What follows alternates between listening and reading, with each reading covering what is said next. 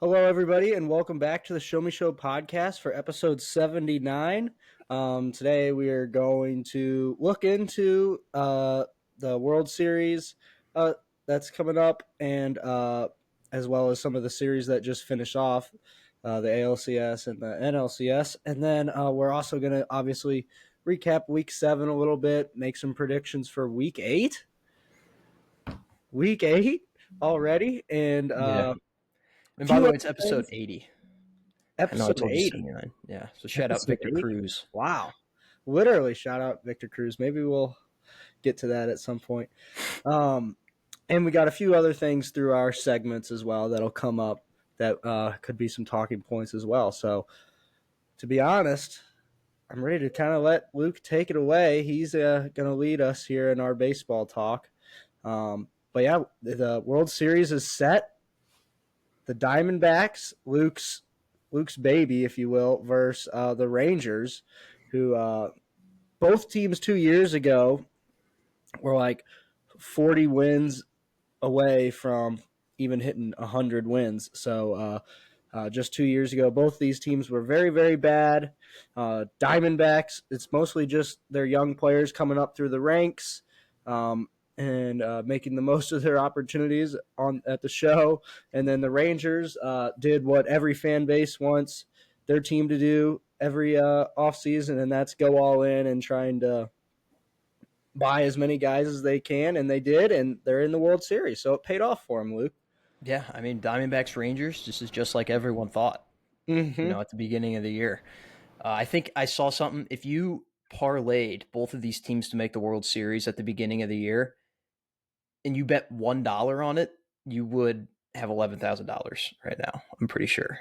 That's pretty crazy. Yeah. It's pretty insane. So, um, that could be right. It might be if you bet $100, then it's $11,000 is what you make, but still crazy odds. Um, and yeah, like you mentioned, 2 years ago, both these teams had 100 losses. They had the second and third pick in the draft last summer.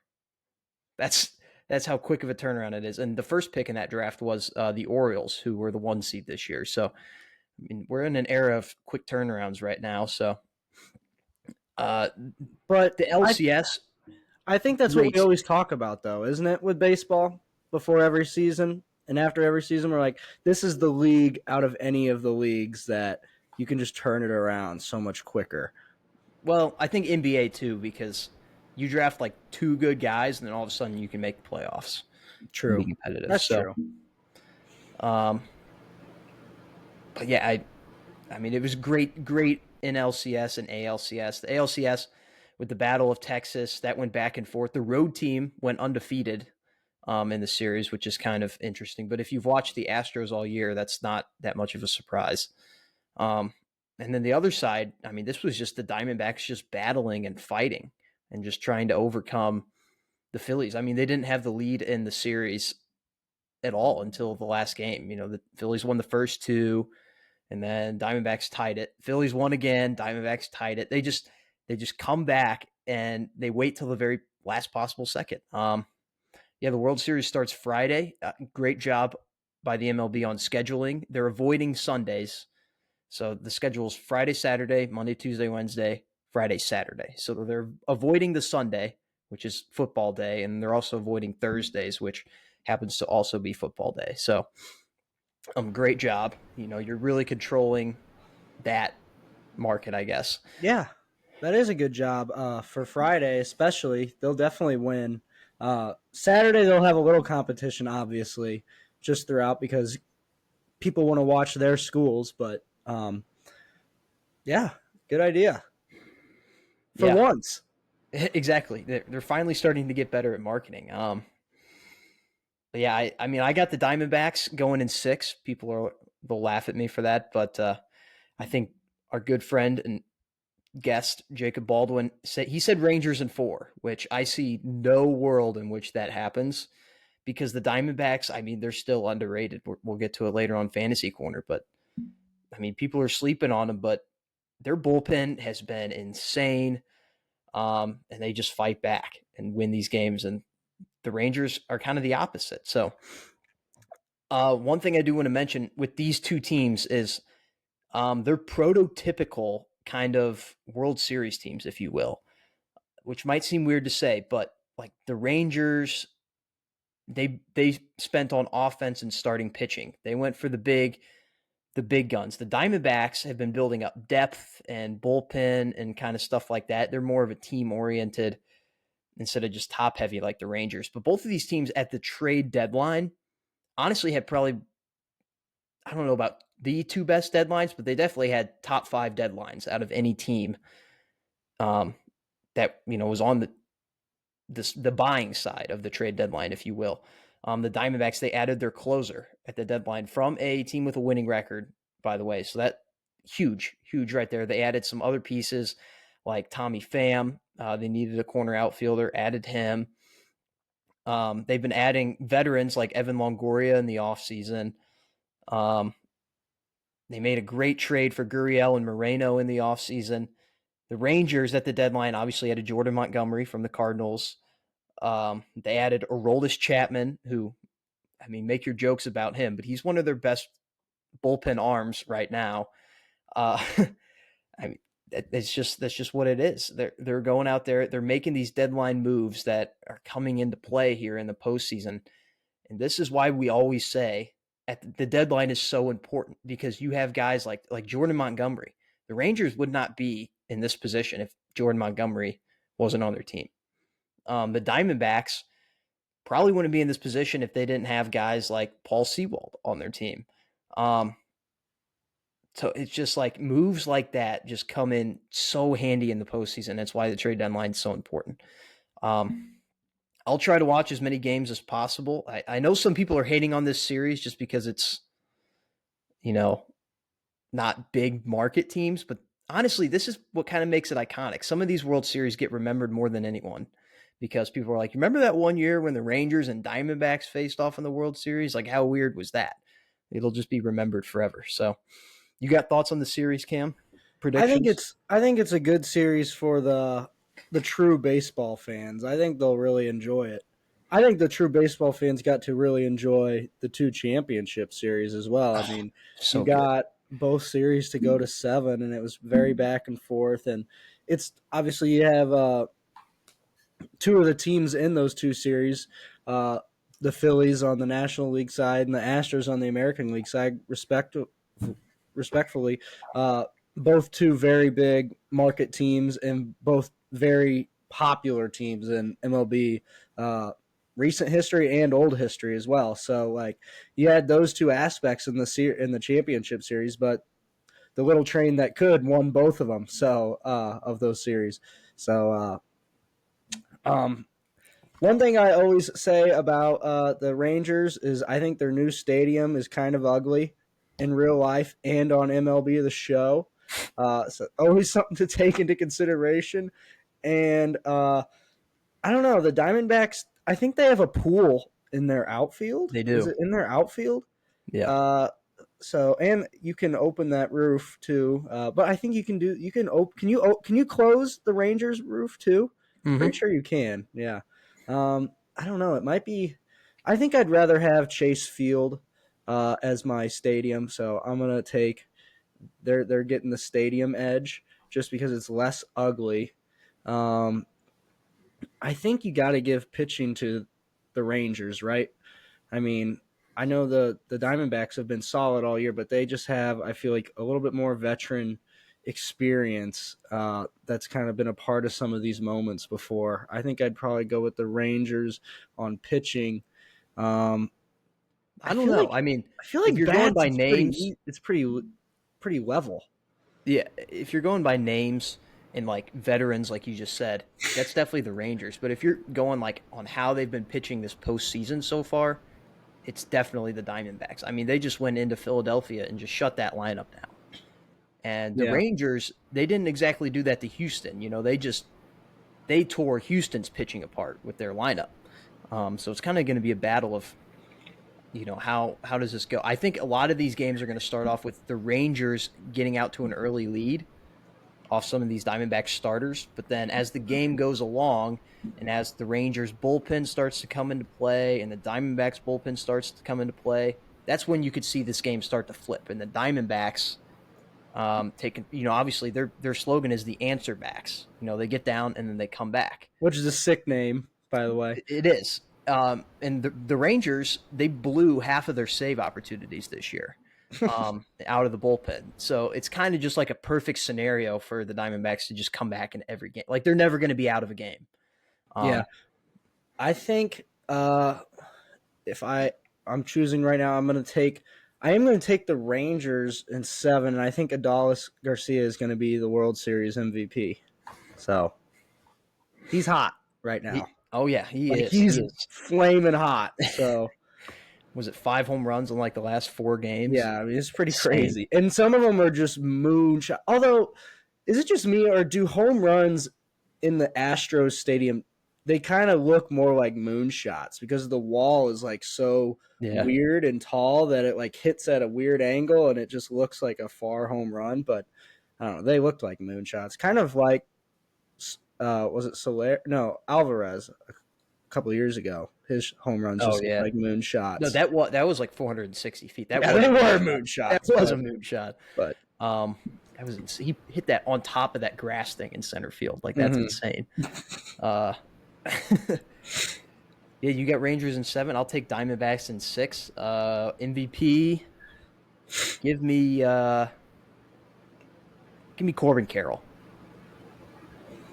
I think he's gonna bounce back. He's gonna have a really good series. I think Christian Walker for the Diamondbacks. He was terrible against the Phillies, but I think he's gonna have a good series too. Yeah, that was the first time we've led with baseball probably since opening day. So, you want to get into some NFL here from the past week? Yeah, sure. Short week, 13 games, a lot of teams on the bye. We went. I really don't know what we picked in the Colts and Browns game, I'll be honest, because we have pick the Browns if Deshaun Watson plays, which he did, but it's also pick the Colts if the roof is open, and that was as well. Hold on. We might have to do a tie goes to the runner situation if our record's just really bad this week. I haven't tallied it up yet. Jacksonville, we won. We lost Las Vegas, so 1-1. 1-2. Buffalo, we lost. Washington, we lost. 1-3. Tampa, we lost. 1-4. Detroit, we lost. 1-5. Rams, we lost. 1-6. Packers, we lost. What about Arizona at Seattle? Did we win that one? Yeah, we did. Yeah. 2-6. We won the Chiefs, and we won the Eagles, and then we lost the Niners. Fuck, I lost count. So 1-0. 1-0. We're going benefit of the doubt. We're going Browns in this one. Okay. Because Deshaun didn't play the whole game. So okay. 1-2. 1-0. 1-1. 2-1. 3, 2-2. 4, 5. 2-3. 2-4. 5-8. 2-5. 2-6. 3-6. 3-7. It's 5-8, Cam. 4-7. It's 5-8. This is our first losing week since week 1. So 5-8. Crazy. That was really bad. I feel like lately we haven't been picking very many upsets, and I think that's kind of biting us. But well, to be fair, this week was just absolutely loaded with upsets. Yeah. I mean, this was a weird week in the NFL. Certainly, only 13 games. Jacksonville actually started off kind of normal against New Orleans. This game kind of went exactly how I thought. And then it was close. Chris Olave got arrested on the way home from it.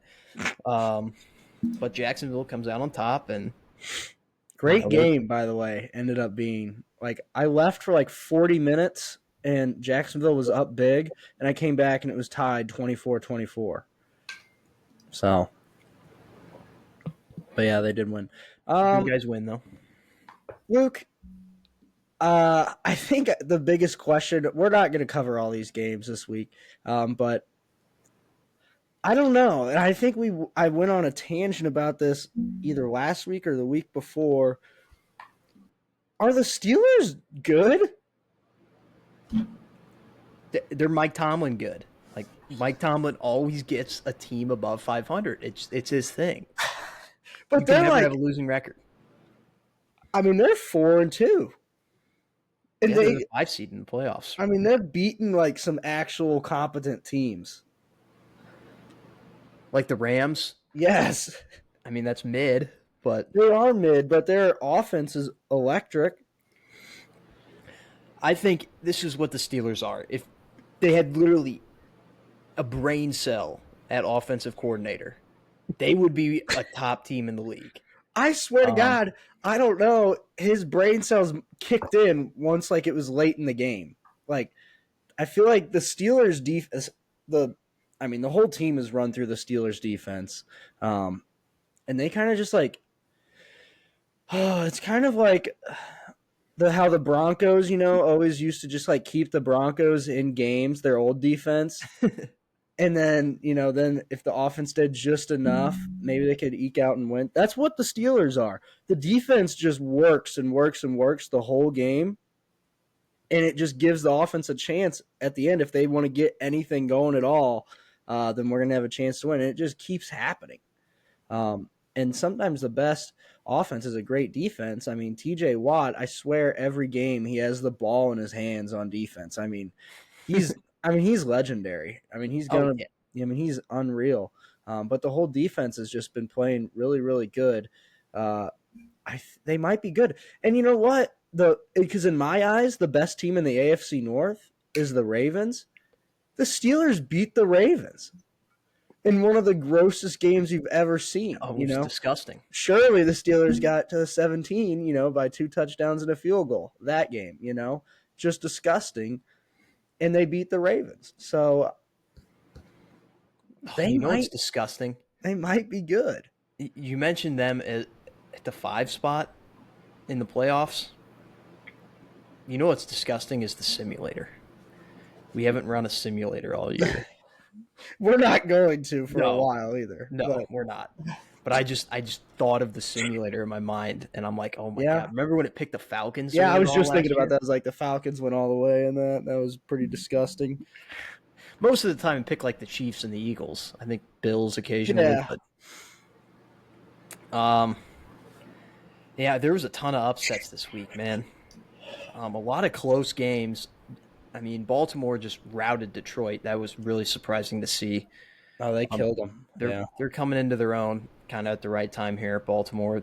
Um, yeah, this was kind of a coming out game for the offense. We've talked about they haven't really woken up all year, and here they are in this game against the solid Lions defense, and they just completely from the get go just get going, um, and the Lions never stood a chance. So Another game to look at that was kind of just shocking to me was the Washington at New York result. Um, gross. New York is playing like very scrappy as of late. I mean, they played really good against the Bills, had a chance to win, and then they absolutely shut down the Washington offense this past Sunday. But I think it's more of a problem with Washington, and I think there's 3 huge factors, and I'm going to list them in order here for why Sam Howell and the Commanders are on pace to break the sack record this year. 3 huge factors. Number 1 is the offensive line is really bad. That is the main factor, but it is not the only factor. The second biggest factor is the fact that Sam Howell here in year 2, but did this all 3 years while he was at North Carolina too, holds on to the ball so long, trying to make a play downfield, and he doesn't check it down as often as he should, and he just doesn't get the ball out as often as he should. He doesn't maneuver out of the pocket as well, as much as he should. So the second biggest reason is he is holding on to the ball way too damn long. And then the third reason is Eric Bieniemy's play calling. Yep. We know him as this mastermind. He probably is, but the play development, it isn't working for Sam Howell in this offense right now. And He calls plays that take way too damn long to way develop. too long to develop for that offensive line. Yes. These plays, they're probably going to work with Tyreek Hill and Patrick Mahomes when you're there, or even just with Patrick Mahomes, and that offensive line that the Chiefs have that is good. But with this makeshift offensive line, you got to come up with something a little bit different. And I think he can, like, as we know, like we said, he is a offensive mastermind. But maybe it's also maybe Andy Reid was a big part of it too, Yeah. as well. And then Ron Rivera, I mean, he's getting to Todd Bowles level, uh, which is crazy, but he is. I mean, obviously, Todd Bowles might have passed him. I mean, Todd Bowles he's regressed the last few weeks, but Yeah, you're I right. mean, yeah, still no one on the level of Frank Reich yet. That's just the ultimate sad ball. I think Rivera is going to give him a really good run for his money by the end of the year. He could, but Ron Rivera beat cancer. Let's remember that. But he's getting his ass whooped right now. Huh? He's getting his ass whooped though right now. And Frank isn't.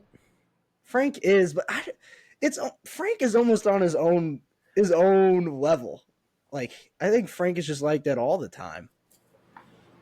If we had to power rank coaches in terms of sadness, what would be the top 5? I think you'd have to do Frank Reich number 1. Frank. Todd Bowles number 2.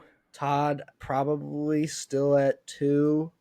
Ron Rivera. I think Ron at 3. And then I think there's some surprising ones in there right Josh now. McDaniels. No, I don't think he's that sad. I don't think he's really that sad. I think there's some more sad people out there than I would go to say Matt LaFleur, actually. He has looked very upset lately. And understandably so. Like, power rankings, they change from week to week, but I could say Matt LaFleur is probably in the top 5. He's just sad right now. And then at 5, I mean, you could maybe put McDaniels, but like I said, I don't know if he's really that sad. What do you think about Sean Payton too? I don't know if he's that sad yet. No, I think he's fine. He just really hates his quarterback, and he hates Russ. Dennis Allen is kind of weird too. He's not sad. He's just he's not. He's just weird, which is Matt Eberflus is very sad. Yeah, he's very sad. Although if we're doing power rankings, he's probably bumped himself out of the top 5 because of last week. Trying to think of like AFC South coaches. I'm trying to think of Vrabel might be a little sad right now. Things are really gross in Tennessee. Yeah. He's more upset, I think, than he is sad. He's just like disappointed that his front office is just so inept. Yeah. Yeah, probably. I think I could put Vrabel at 5 and then maybe Daniels at 6. So okay, yeah, I like that. I like that list. So, and it's weird it's weird seeing Vrabel in the top 5. It is, but it's just the state of things right now. Mm-hmm. So, and like it could change, like you said, power rankings. Yeah, they change. Exactly. The Giants, they were one of 4 one-win teams to get a win on Sunday, which is just insane. There were as many one-win teams that won as there were 4-win teams or more. So how about that? Chicago beat Las Vegas. Packers lost. The Packers lost to the Broncos. They're done. They're officially eliminated from the playoffs. I said on last week's show it was a must-win game against the Broncos, and we didn't win. So, by rule, they're done. And like you said on last week's show, like, what are they aiming for? Yeah, I don't know. I don't know anymore either. I mean, Jordan Love has been very bad, which I'm not going to make a final decision on him till the end of the year, but it's rough right now. Yeah. They're kind of like just aimlessly wandering around. Trying to think of some other teams that kind of do this every once in a while. Auburn football does this a lot, I feel like. Doing it right now. Yeah, they're just kind of wandering. Nobody really knows what Hugh Freeze is doing quite yet, but you can't make a judgment this early, but they're kind of just wandering around. I'm trying to think of like a basketball comparison too, but that's just what I don't know what the Packers are doing. It's the same. I don't know. Yeah, I don't know either, but playoffs are officially off. I'm officially looking at the draft charts, and I might even be onto the tank train again, kind of like last year.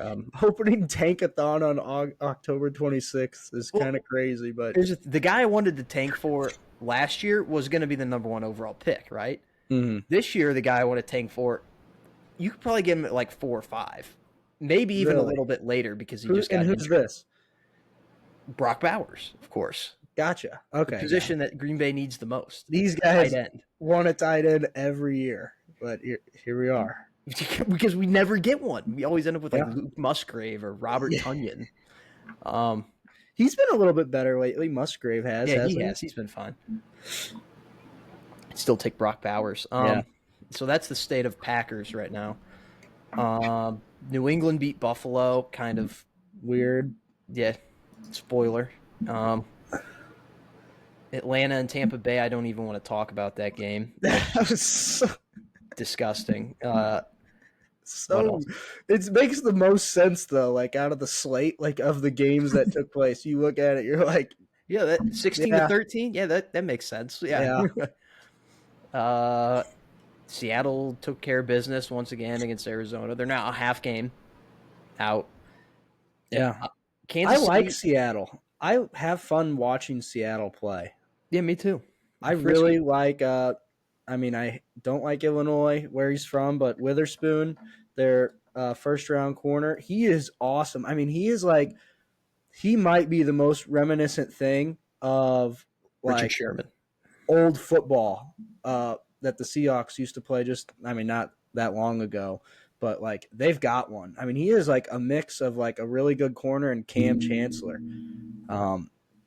I think Derwin James honestly plays a very similar style to him, but Cam Derwin Chancellor. James gets flagged for it nonstop. Like they just don't allow Derwin James to do it anymore. So Witherspoon's probably got to be careful, but he usually plays within the rule book. But honestly, I feel like Derwin James does too. They still just flag him for it because he's so known for it. Yeah. But Jamal Adams, when he comes back and is healthy with Witherspoon, I mean, they're going to have some, Tariq Woolen. yeah, I mean, just some guys Johnny that you Wagner. don't really want to get hit by. I mean, and Witherspoon is not like some huge guy, but he's like 6 foot, like 3 or 4, like 190 or 200, and he just kind of flies. So Yeah. Also, he's pretty Seattle awesome. just signed Frank Clark. Yes, they did. So if they get into He's the back. playoffs, watch out for that. He's third all time in playoff sacks. Yeah.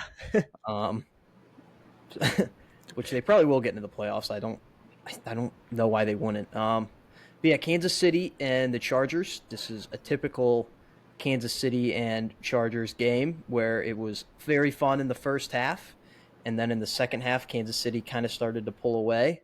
Yep. Brandon Usually I Staley feel like it's a little closer. I feel like yeah, in the second half, I feel like Justin Herbert like breaks a rib or something and does something sick, and it's pretty even more fun of a game. I still had fun. Like, I mean, it's like clockwork. We were like, oh, the jerseys are going to be fun in this game, and they were. It's just that's just what it is. So yeah. Chiefs are really damn good. They're really good. Okay. Is it just me? The Chiefs are kind of getting a little bit annoying. Like I love watching Mahomes. I don't get annoyed by him simply because of Mahomes. And Nick he hasn't been normal Mahomes this year, though. He was pretty normal last week. He had 424 passing yards and 4 touchdowns. Yeah, I know. But, I mean, I can only get so annoyed by Travis Kelce because he's on my fantasy team and he's single-handedly, like, carrying me right now. Yeah, he is. But, I mean, the whole just aura of the Chiefs right now, they're taunting opponents, which is kind of cool, but they keep getting some of these calls. Like, if you watch the games, the refs give them everything. And I'm not saying they're winning games because of the refs. I mean, they're a really good team, but the refs are giving them everything. The media is giving them everything. Jackson Mahomes is now up in the box with Taylor Swift, which is just Jackson Mahomes is prototypical annoying guy Yeah, that's um, true. that you just hate, and he's back now. It's just I'm getting a little bit annoyed with like I want somebody to beat them. Like somebody needs to beat them. Just 1 week.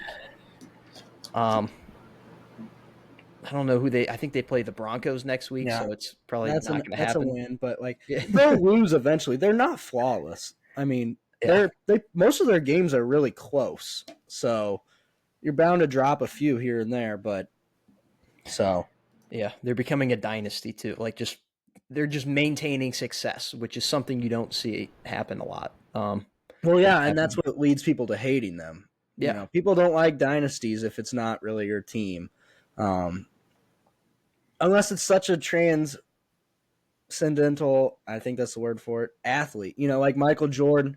You know, people didn't really hate the Bulls because Michael Jordan was just so awesome. You know, yeah, the thing about Mahomes is like nobody really. Every time you ask somebody why they hate Mahomes, they're like, "Well, his brother and his wife." Like nobody really actually hates Mahomes, just some of the co-founding factors around him that lead to some of the Chiefs' hate. And you know, yeah, like I said, it's definitely fair, especially if you're any team in the AFC West or really the AFC in general, to to hate not them. really like the Yeah, Chiefs because they're so good. But I don't know. For us, it's I think we appreciate Mahomes because we know like it's so different. it's Uh, it's generational. yeah. So But I'm not saying they're not fun to watch. I'm just saying they're getting a little bit annoying. Like they're creeping up there in the annoying status, and if they keep winning, they're just going to keep getting more annoying. So I need them to lose so that I can root for them before that I makes lose sense. that.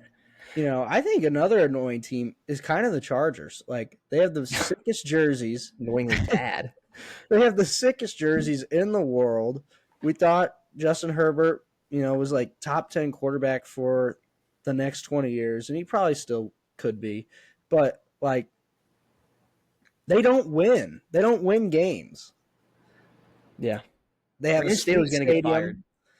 They have a sick stadium, and the other teams that go there like just overcrowd their fans, which I mean, we could have told you that when as soon as they were moving two teams to LA, but you know, they're kind of just like, God, move back to San Diego and start over. I mean, it is they are just annoying with how like they have so many guys and yet they can't do anything. So and they always get hurt. It's just like the same cycle every single time. Like we need a new storyline, a new script for the Chargers. Yeah, if they get into the playoffs this year, they're just going to lose in the first round, like always. They're just not threatening. I would be unbelievable. They've dug themselves a pretty nice hole. Oh yeah, So I would be actually surprised if they got into the playoffs. But yeah, and 2-4 is rough. yeah, It's a rough start. And probably the game of the week, Philadelphia at Miami. The Kelly Greens came out and they just took care of business. yeah, Kind of shut down the Miami offense. yeah. They did, and it was this. I liked this game too, because like there was still a really awesome Tyreek Hill play where he literally double covered but just outran him. And Tua, they showed the side by side. It was like the same exact thing. The Tua passed to Devonta Smith against Georgia. It was pretty much the same exact thing, where he was practically still double covered but just outran him. But the Eagles, man, they're awesome. It's when the Eagles play like that, you wonder how they ever lose games. But I don't know. Some Because it's the there was NFL. that's true. It is the NFL. There was plenty of which I was a little surprised about. Kelly Green haters out there. Shout out Jake, who we were talking about before the show, has just been on one lately in terms of hater levels lately. But I mean, Yeah. there was lots of Hulu has live sports jersey comments about the Kelly Green, which I think some people get confused when teams do alternate jerseys like that. They just came out with these, but I mean these are old, old, old. So I thought they were pretty sweet. I thought they played. So Yeah. I mean, you can't wear them all the time, but no, and that's Sunday night fine. game like this, it plays. And then last game, I don't think we have to spend a lot of time on it. I didn't watch any of this game. I was watching baseball, but Minnesota upset the Niners, Yeah, and second loss in the row for the Niners. Maybe something to monitor. yeah. So Pretty much ever since I started standing on the table for Brock Purdy the past few weeks, even like in their most recent win, uh, he's been pretty bad. So I might need to like get off the table for a little bit. Uh, why? I mean, I was standing on a table for one of our buddies the other day who said he was average at best. I think he's been way above average this year and last year, and he hadn't done much to tell us otherwise. Well, he's done some things the last 2 weeks to tell us otherwise. mm-hmm.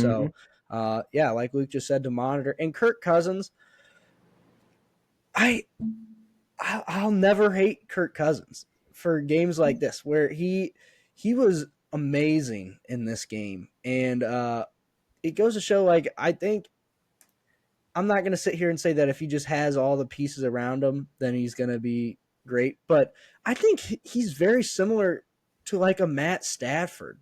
Like where if you put him on a team, like, like how the Rams put him on that team, that they were able to win a Super Bowl with. I mean, I think if you put Kirk Cousins in a situation like that, you're going to have probably a Super Bowl contender as well. I mean, I think he's just kind of been like that for most of his career.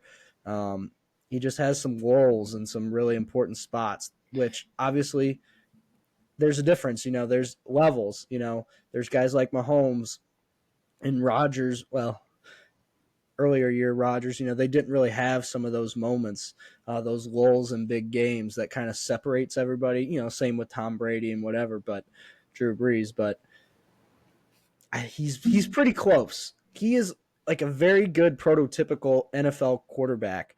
Yeah. Especially in today's game. I mean, he's like some of the last. We thought the last of the old guild. Ben Roethlisberger, Drew Brees, Tom Brady, guys that can't really move around. Kirk can't really move at all, but he's still awesome. He So plays the game right, he does play the game right.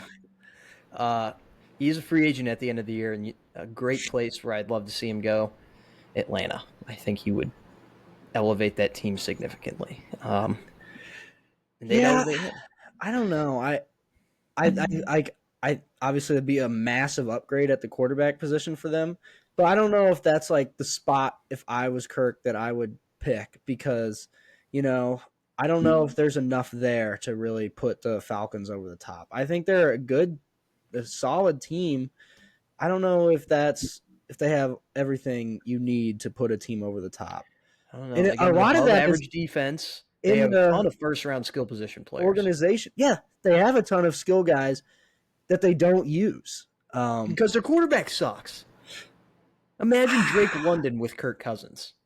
There was Kyle Pitts like rookie year when they still had competent quarterback play and they still didn't use him. And they're like, this guy's a freaking freak, and they still didn't use him.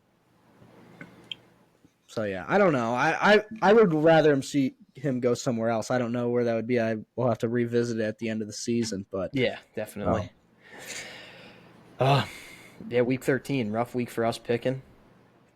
Hopefully, very we'll do better bad. this week. There was a lot of close games though, and a lot of weird upsets. Yeah, So, I mean, it happens. I think we had a week like that last year too. Um, you want to get to fantasy corner here, and then we have some just other stuff too. That a big sports week. We'll say that. yeah, Fantasy corner. Am I going first again? yep, All right, my stardom. Will Levis, baby, he's here. He's starting this week for Tennessee, and we'll get to this in the picks, but they are wearing their throwback Oilers jerseys this week. So that's kind of a sick way to start off your career, honestly, representing a city that you don't even play in. So, I mean, shout out Will Levis. He's got the Luke handshake power from the preseason, and we'll see what that does. They got Atlanta, who we were just talking about. But yeah, I'm starting him because I think he's going to have a good week. And this is a huge, huge week for the Titans in their future. because Malik Willis doesn't seem to really be the future at quarterback for them. You know, he doesn't seem to be bad, but he's just not the guy there. And Tannehill he's getting old. His contract's coming up. So Will Levis, they're putting a lot of trust in this guy. A big week for him this week. Yeah, so I was thinking if you start Levis and you are wearing these jerseys, you just said it's the start of a new era. Do you ever take off those jerseys? I feel like the NFL will make them, but like if I was the GM and I'm like, all right, we're starting Levis and we're wearing these alternate jerseys, if we win in these jerseys with our new quarterback, I feel like you just got to keep the same system rolling out there.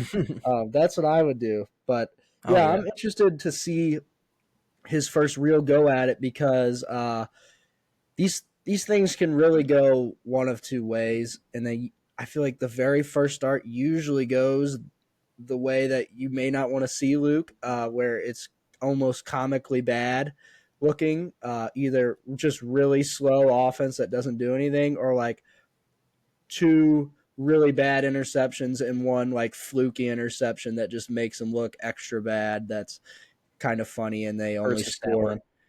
yeah, and they like only score like 10 points. So I hope it's not that, but I will laugh if it is the other way. Oh yeah. So yeah, start him and then also start Maction. Starts next week.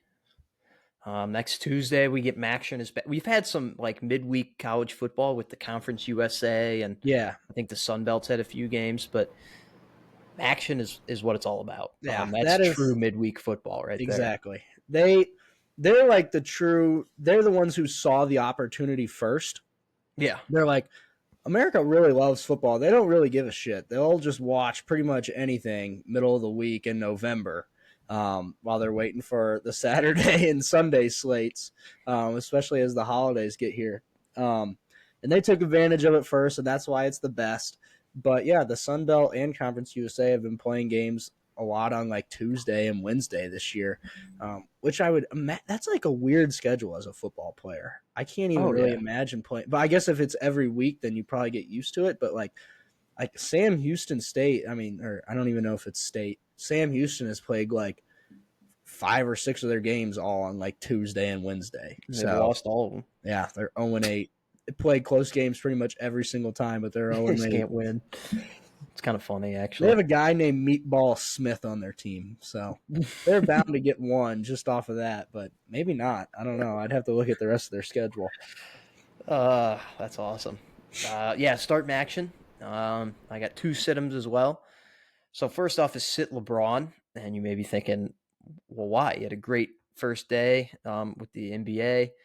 Well, there's been this video going around social media. It was from a few weeks ago. It was from National Tight Ends Day, and he recorded a video of himself saying, "Happy National Tight Ends Day." You know, to all my favorite tight ends like Travis Kelsey and George Kittle.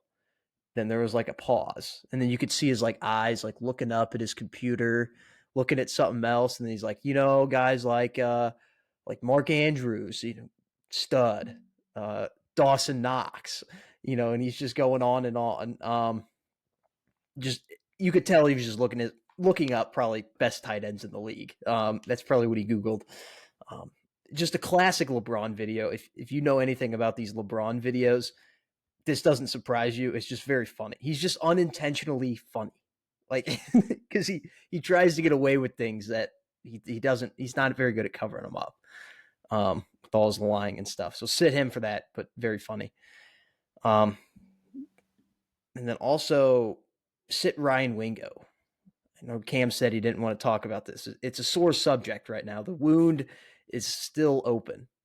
It's an open wound, but he committed 5-star wide receiver from SLU High School, committed to Texas yesterday after leading on Missouri and Mizzou fans into thinking he was going to go there. He hasn't visited Texas since week 3, and he canceled all his other visits to Texas like in the past few weeks. He's been coming to Mizzou almost every weekend. He came for homecoming. Actually, he moved up his decision. Like it was supposed to be in December. He moved it up, said it's going to be Wednesday, October 25th, is when I'm committing. I'm moving it up. I know where I want to go. And then that weekend, he proceeded to go to the Mizzou homecoming, and everyone's like, oh, surely, this is a sign for where he's going to go. And then he just commits to Texas out of nowhere. Which, hey, Texas, they're going to have a great team coming up. I mean, the Sark offense, Arch Manning, that probably is a huge recruiting tool to be like, hey, I could be catching passes from Arch Manning. Like that's pretty good for NIL and money and stuff like that. But at the same time, like, why the hell did he do that to us? Like, he just trolled us as Mizzou fans. He did all these things, moving up the date, just to, give us the big middle finger. And the official signing day isn't until December. And his dad was interviewed, and he said, "Hey, you never know. He could switch back. You do never know." But I mean, it was just very mean of him. It just makes me love Luther Burden even more for not only committing but staying at Mizzou and excelling. Yeah, I feel like I don't know how that's not enticing. I mean, like when you look at what Luther Burden's doing, I mean, he is literally towards the top of every statistical category, not just in the SEC, but the entire country. And like, he's going to have the opportunity to do it again next year. And then be a first round pick, probably first or second round pick, probably first. Yeah, easily first. Very, very enticing. And you saw it when Dorial Green Beckham was here too, the other 5-star receiver that Mizzou has gotten in their history. I mean, by his second year, I mean, he was literally one of the best wide receivers in the country, and they were throwing it to him all the time, and he was unstoppable, looked like the next Megatron. Obviously, some things off the field that he did on his own kind of derailed his career, but like the last 2 5-star receivers from in-state that stayed and went to Mizzou, like really, really excelled. And I think he would too. I mean, he'd be coming in during Burden's last year. Burden's not playing all 4 years. Yeah. So you don't really have to worry about stealing the whole show as a freshman anyway, even though they're still going to get you involved. And by the time your sophomore and junior year roll around, you can have the same type of production as Luther Burden. Exactly. And if the same recruiting kicks up, you're going to have chances to play in a game that Mizzou's going to play in next week against Georgia. Games that mean something. Which, and at the end of the day, I feel like there's I haven't looked if the SEC has released all future opponents for in conference like the Big Ten has with the new alignment, but it'll be interesting if Texas comes to Columbia during his time there at Texas, Wingo's time at Texas. There'll be some people here that let him hear it every time he touches the ball. Oh, after yeah. what he's done.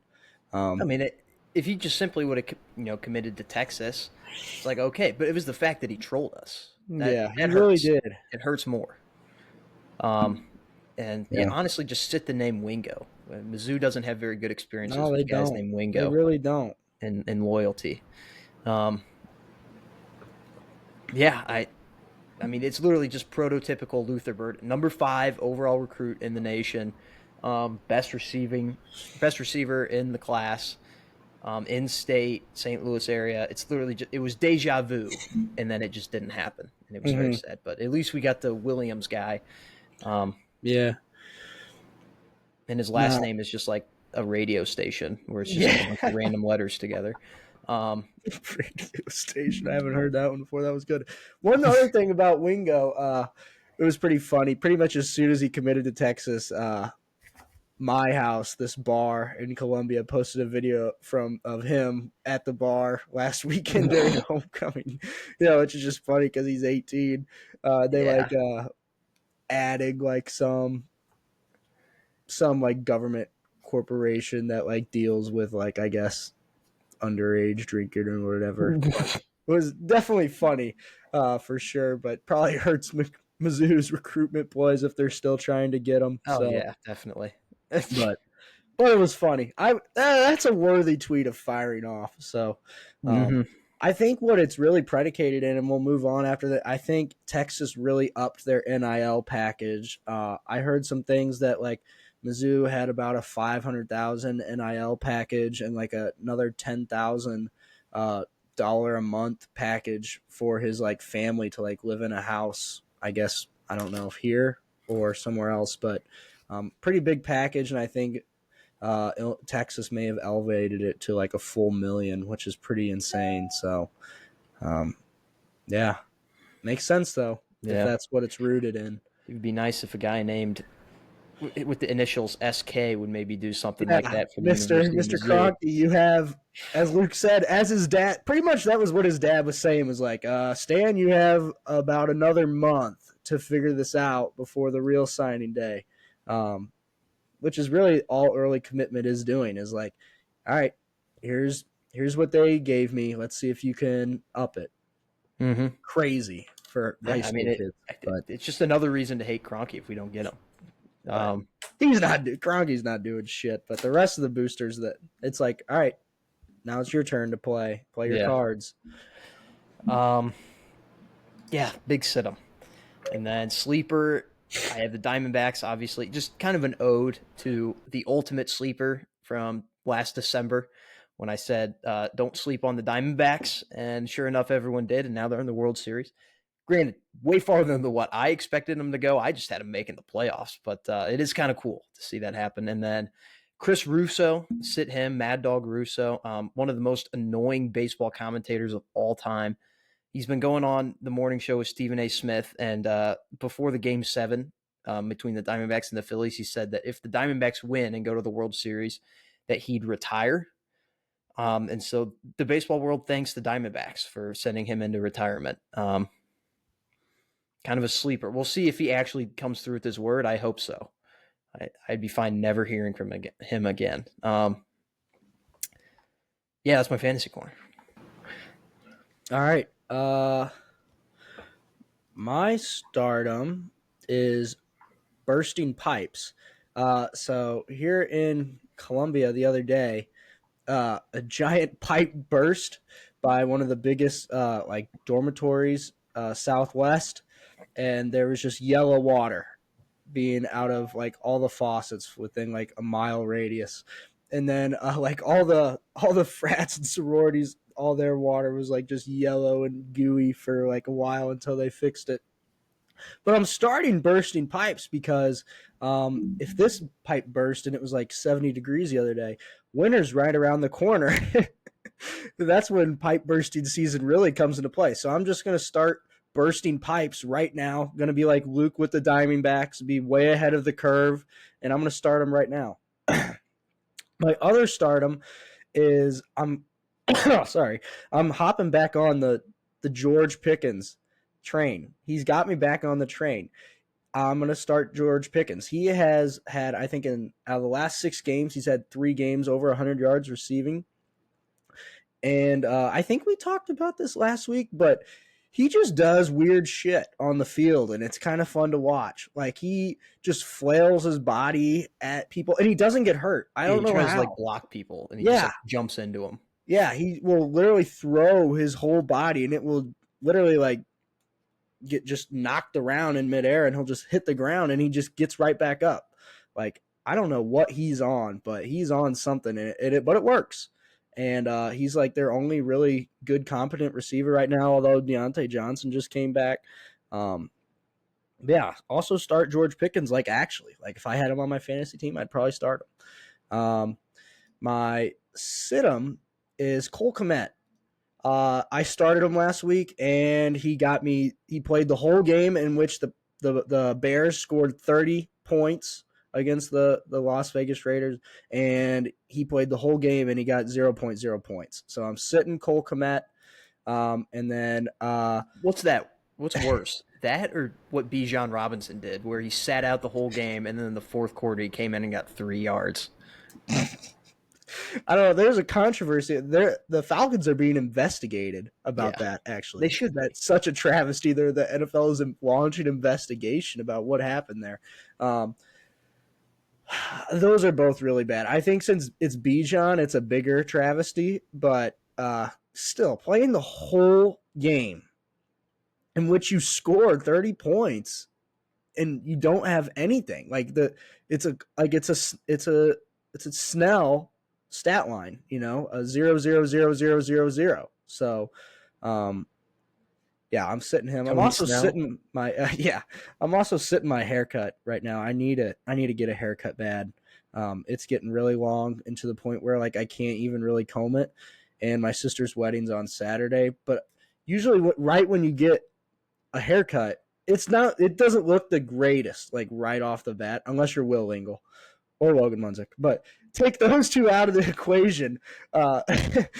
If you take those two out of the equation, That was so real with Will Lingle. Oh my, oh yeah, every perfect single every time time. Will Lingle gets a haircut, you're just like, Like, holy moly, guacamole. yeah, like But usually you're getting a haircut and you're like, oh, it's gonna look so bad, but it's just, Will is no, it's just perfect every oh time. no, yeah, it's his every single time he gets it, you're just like, wow, I just wish that was me. But anyway, not that when I get a haircut it's bad, but you just like the week after a haircut, that's like when your hair is like peaking, or maybe even 2 weeks, like it just looks really good. So I'm hesitant to get one right before the wedding. I might just roll with this, but yeah, I'm gonna sit my hair right now, and then I am also going to say that my sleeper, Luke, after Monday Night Football is Vikings wide receiver scouts. And you might be like, what does that even mean? You know how we always talk about there's some certain position groups in the NFL that teams just always know how to draft. Like we always say that the Steelers know how to draft wide receivers, and they do. We were just talking about George Pickens again. Um, Vikings sleepily, low key, are kind of on the same exact level, if you ask me, in terms of drafting wide receivers and developing them into just absolute studs. I mean, think about this list. If of recent, um, Stephon Diggs, who is one of the best wide receivers in the NFL, obviously he's not there anymore, but they drafted him and developed him. Justin Jefferson, who is literally the best wide receiver in the NFL, they drafted him and developed him. And then Jordan Addison just had the biggest game of his career last week in the absence of Justin Jefferson, well over 100 yards, and should have had 3 touchdowns, but only ended up with 2. But um, they they know ball when it comes to wide receivers.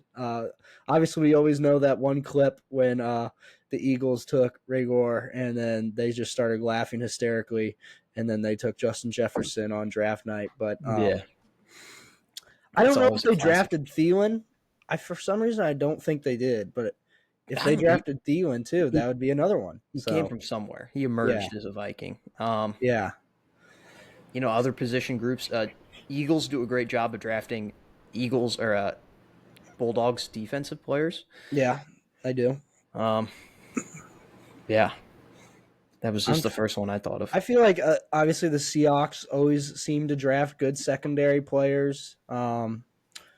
I feel like there's a couple of teams out there that know how to draft offensive linemen. I would put the Cowboys in that category. They always seem to have a good offensive Even line. D linemen too, really. Yeah, Just and like D big linemen. guys down there in Texas. Yeah. So there's just a couple teams that have a niche for certain positions, and the Vikings have definitely emerged as that for wide receivers. So yeah, that's fantasy corner. Yeah. All right. Before we get into uh, the picks, which we do have all 16 games this week. Very very weird, but NBA started. Cool, I guess. Doesn't really start till Christmas though, but it did start.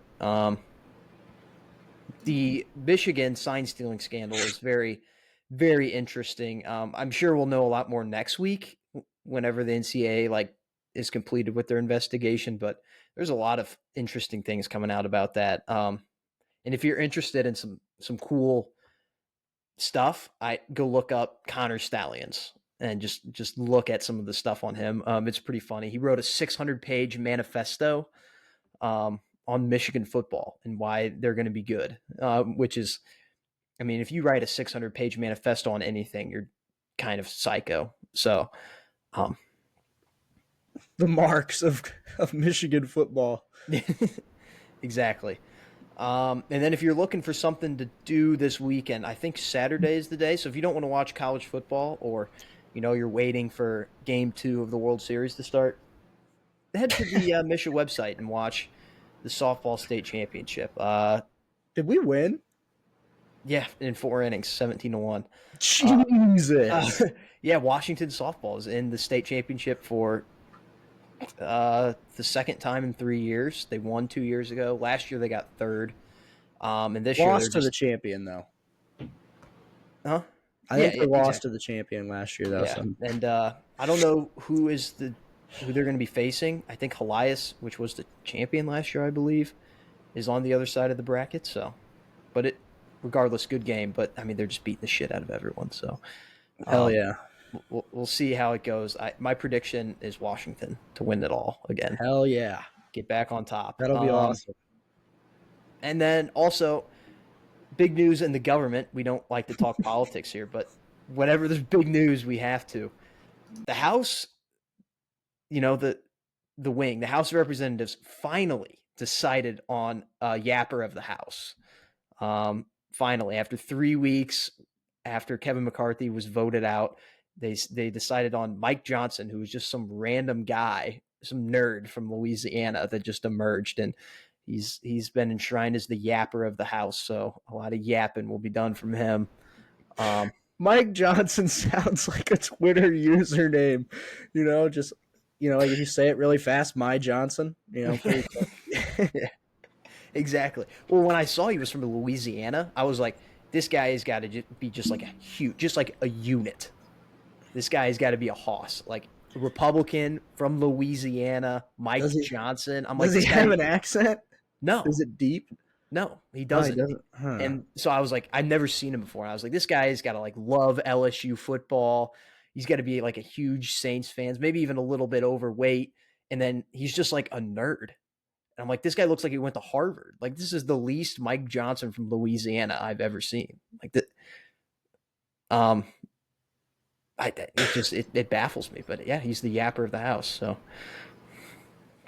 Uh, I'll start Mike Johnson. okay, I will just Mike for good Johnson. vibes. I'll start Mike Johnson for good vibes. Ah, So add we that need to. some good vibes I in the got I government. got 3 startups this week now. Shout out Mike. Yeah. And that's it. That's all the other stuff I had. So now that we're over an hour, we need to get into the picks here. No bye weeks this week. Very weird for week Weird. 8. That I is feel weird. like you always have at least 2 to 4 teams on a bye at this time of the year, but no buys. It's my week to pick. We need a big week here. I got a lot of pressure. We've had some mid weeks, and then last Yeah. week was really bad. So I've been studying the slate. I think I got a good All thing right. going here. At Buffalo on Thursday, there's no way they lose that. Gotcha. No way. No way. No Gotcha. way. Prime time in Buffalo, No way. coming off a couple of stinkers. Let's This see is if this it'll is be where they cold. shine. Let's see if it's going to be cold tonight. Buffalo weather. That would really help. It's not really that cold. Well, that would help Tampa Bay actually. If it's not that cold. Yeah. Um, the Rams at Dallas. I think you got to go Dallas here. Yeah. The Rams can't. They're kind of. I don't know. They just can't find ways to win. You know what I Yeah, mean? they're in every game. Yeah. This will be a fun game, but Dallas will come out on top. Minnesota at Green Bay. This is gross. Whew, man, this is a tough one, actually. Fun stat about Green Bay: the 2 wins that they have came on the same weeks that my fantasy team took the only 2 losses of the year. So every time Green Bay loses, my fantasy team wins, and at this point, I care more about that than Green Bay. So give me Minnesota. Sweet. I'm Give me, not give me, arguing. give me I the was 4 gonna game winning streak for my winning team or my if I fantasy team. had to pick, I would pick Minnesota as well. The Packers, not only do we not know what in the hell they're doing, but they're also spiraling. Yeah. Also, the Vikings always win at least 1 game against the Packers every year, and it's occasionally at Lambeau Field. So Atlanta at Tennessee. I'm going Tennessee here. Um, they've had a Hmm. rough few starts, but they are wearing the throwback jerseys. Will Levis. If I started Will Levis, I have to pick the Titans here. How many Atlanta's. points is that good for, though? Like, how many points are these jerseys worth if it's a rookie quarterback starting, though? Like, I feel like usually they would be worth at least 7 points, but now I feel like at most they're worth like 3 with a rookie quarterback. Um, I don't know. I'm seeing what the line is right now. The line is +2.5 Tennessee. I think those jerseys are worth at least 3 points. it's, it's close. I'll say that for sure. And also they're at home, which that doesn't really mean anything for the Titans, but No, it give me the doesn't. tits in this one. Also, I just have a fatuation with picking the Titans. It feels like, but Yeah, you might. the Saints and the Colts. This is the Colts. Played really good ball last week, even though they lost, but they balled out on that Browns defense. Um, New England at Miami. This is a bounce back game for Miami. They plus the Dolphins always beat the Patriots. It seems like even when the Patriots were good, they always got beat by the Dolphins in Miami. Um, so yeah, Dolphins. Jets at the Giants. Hold on, before we move on, if Miami loses that game, is New England back? Yes, Okay. they are. The Jets at the Giants, which is could be intertwined to be the Giants at the Jets, because it's the same stadium.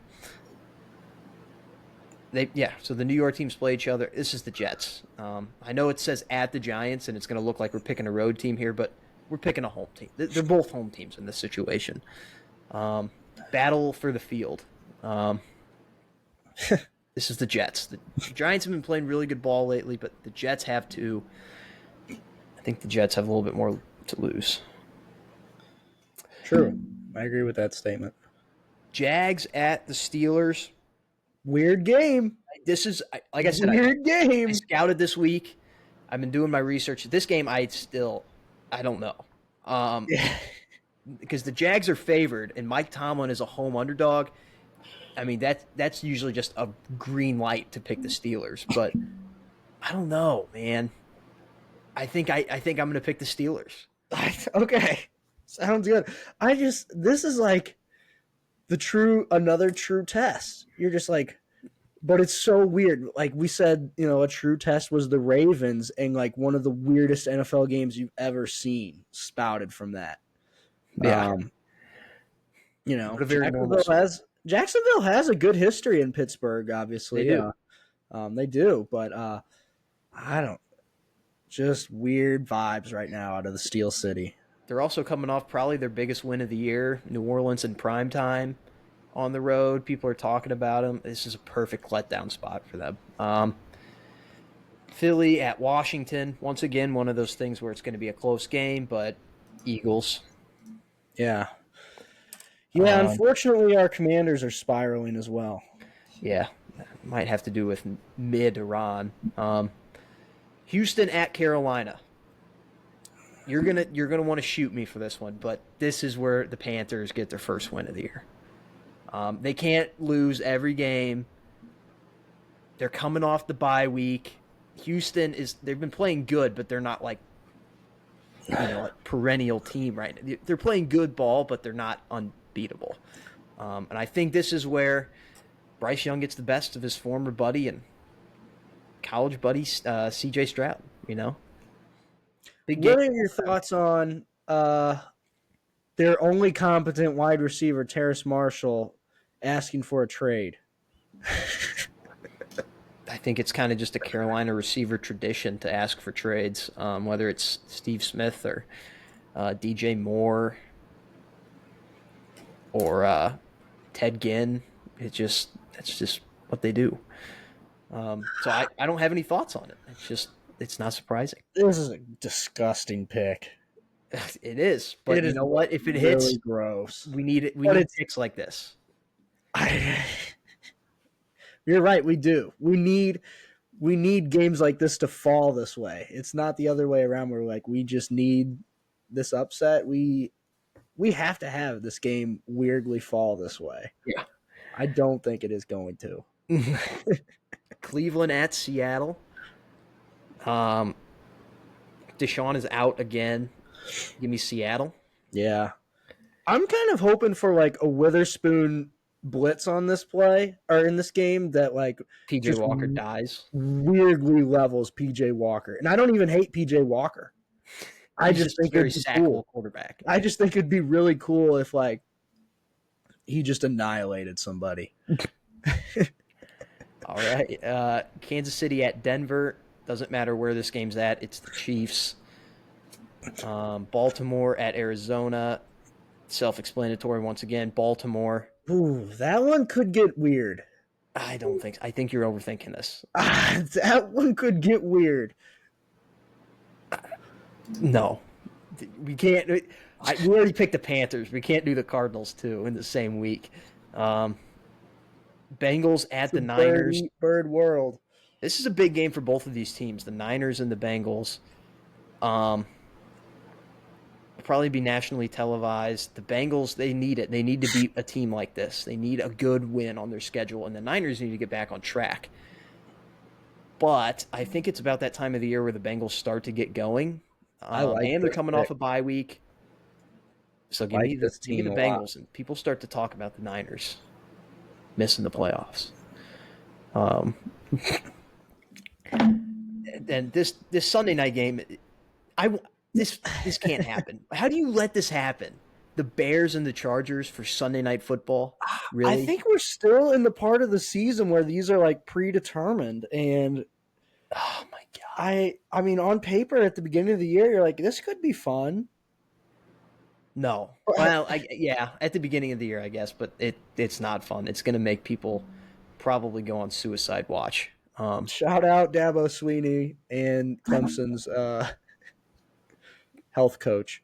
Yeah, and Terry Bradshaw. But I think this is the Chargers. This is a get-right game for the Chargers here.